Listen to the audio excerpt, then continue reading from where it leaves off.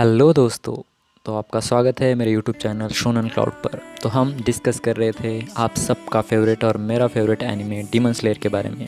तो आज हम डिस्कस करेंगे इसी एनिमे के एपिसोड नंबर 9 को। इससे पहले मैं आपको बता दूं कि यह एपिसोड पूरा के पूरा फोकस रहा सिर्फ मुइचिरो और उसके पास्ट लाइफ के ऊपर।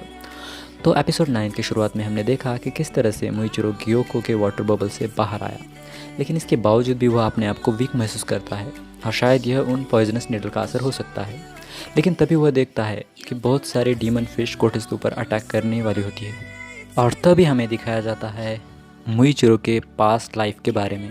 मुइचिरो के फादर का नाम सोमाबेटो होता है और वो जंगल में लकड़ियाँ काटने का काम करते और मुइचिरो उन्हें इस काम में हेल्प करता है। यहाँ पर हम देख पाते कि मुइचिरो के फादर का फेस कितना चीयरफुल दिखाया गया है। मुइचिरो के मदर की बात करें तो अचानक एक रात बारिश हो रही होती है और उन्हें उसी रात में बीमार दिखाया गया है और इसी बीमारी को ठीक करने के लिए मुइचिरो के फादर जंगल में किसी पहाड़ी पर हर्बल मेडिसिन को लाने के लिए जाते हैं, लेकिन बारिश की वजह से उनका पैर मेडिसिन लेते समय फिसल जाता है और उस पहाड़ी से गिरकर उनकी डेथ हो जाती है। और उसी रात उसकी मदर इलनेस की वजह से उनकी भी डेथ हो जाती है। यहाँ पर हम देख सकते हैं कि एक ही रात में मुइचिरो अपने माता और पिता दोनों को भी अपने 10 साल की उम्र में खो देता है। यहाँ पर हम देख सकते हैं कि लाइफ किसी के साथ कितनी क्रूएल हो सकती है। इसके बाद हमें दिखाया जाता है कि मुइचिरो का एक ब्रदर है जिसका नाम युइचिरो है। अपने माता पिता को खो जाने की वजह से वो काफ़ी डिप्रेस्ड फील करता है और वो मुइचिरो से कहता है compassion is not for people. लोगों के प्रति दया का भाव नहीं रखना चाहिए। Doing something for someone doesn't do any good. दूसरों के लिए की गई हुई अच्छाई हमारे लिए कुछ भी अच्छा नहीं लाती। लेकिन इस बात पर मुइचिरो सहमत नहीं होता है। वह कहता है कि उसके पिता का ऐसा मानना था कि हमें हमेशा दूसरों की मदद करनी चाहिए। इस बात को सुनकर मुइचिरो का भाई योइचिरो कहने लगता है कि वह मरे हुए लोगों की बातों को नहीं मानता। योइचिरो के ऐसे सोच की अगर हम बात करें तो हमें उसकी सोच को जज करने का कोई भी अधिकार नहीं। अब तक हम देख चुके हैं कि उसके माता और पिता अपने परिवार के लिए कुछ अच्छा ही करना चाहते थे, लेकिन इसी वजह से वो दोनों चल बसते हैं। उसकी मदर जो कि बीमार होते हुए भी अपने परिवार का अच्छी तरह से ख्याल रखती है, लेकिन अपनी इलनेस के कारण वो चल बसती है। उसी इलनेस को ठीक करने के लिए उसके फादर भीगते हुए पहाड़ पर जाते हैं, लेकिन मेडिसिन लेते समय वहाँ पर उनका पैर फिसलकर उनकी डेथ हो जाती है और शायद इसी वजह से योइचिरो की ऐसी सोच है। योइचिरो के इसी बिहेवियर का इम्पैक्ट हमें मुइचिरो पर शुरुआत के एपिसोड में दिखाई देता है और शायद इसी वजह से उसका बिहेवियर इतना रूड महसूस हो रहा था। इसके बाद हमें अमाने को दिखाया गया है जो कि योइचिरो और मुइचिरो को उनके फैमिली की शॉर्ट्समैनशिप की हिस्ट्री के बारे में बताकर उन्हें शॉर्ट्समैन बनने के लिए कहती है। और इस बात को सुनकर मुइचिरो तो बहुत खुश होता है और उसे लोगों को हेल्प करने का ख्याल अच्छा लगता है। पर योइचिरो उसे डांट कर कहता है तुम्हारा क्या होगा क्या पता, तुम्हें खुद से राइस भी कुक करना नहीं आता और तुम शॉर्ट्समैन बन के लोगों की हेल्प करोगे। तुम सच में अपनी माता और पिता जैसे हो, कुछ ज़्यादा ऑप्टिमिस्टिक हो।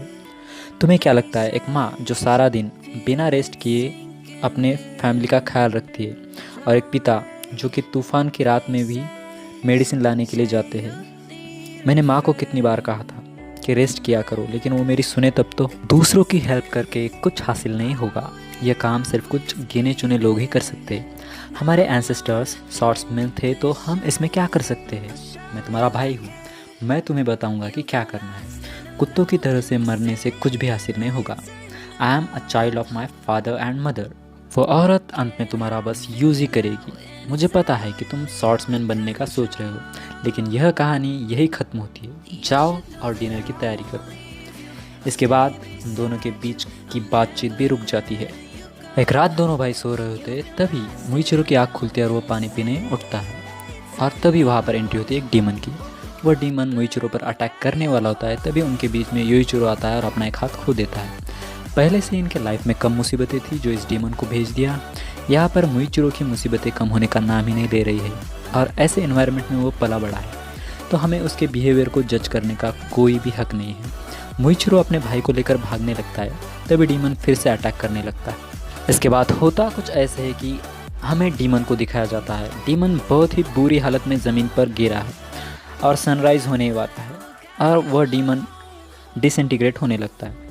मुइचिरो भी डीमन के साथ रात भर फाइट करके एग्जॉस्ट हो गया था और इंजर्ड भी था। जैसे तैसे करके वह अपने भाई से मिलने के लिए जाता है।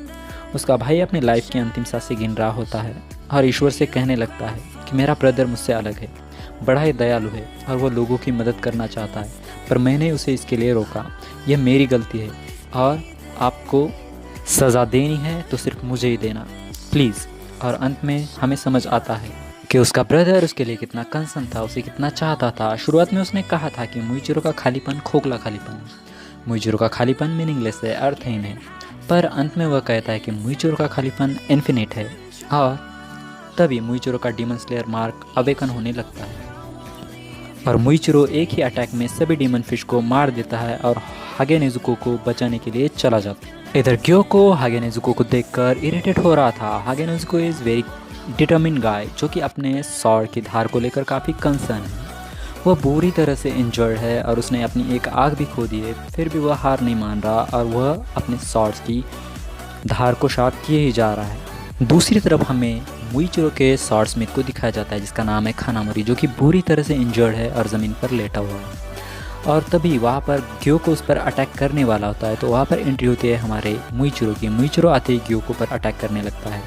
ग्योको किसी तरह से अपने आप को बचाता है और मुइचिरो को देखकर सरप्राइज़ फील करता है और कहता है मुझे लगा तुम मरने वाले हो, इसलिए मैंने तुम पर ध्यान नहीं दिया। और कहता है तुम क्यों इतना कूल लग रहे हो, मेरे अटैक से तुम्हें पैरालाइज हो जाना चाहिए था। और तभी ग्योको अपने पॉट से एक बड़े से ऑक्टोपस को निकालकर मुइचिरो पर अटैक करता है। इस अटैक के बीच में हमारा बेचारा हागे नेजुको भी आ जाता है, लेकिन वह किसी तरह से अपने आप को बचा लेता है और फिर से अपनी सॉर्ड शार्प करने में लग जाता है। लेकिन ऑक्टोपस मुइचिरो और खानामोरी को पकड़ लेता है। तभी मुइचिरो अपनी नई बनी हुई सॉर्ड से ऑक्टोपस को छोटे छोटे टुकड़ों में काट देता है और खानामोरी को अपने नई बनाई हुई सॉर्ड के लिए थैंक्स कहता है।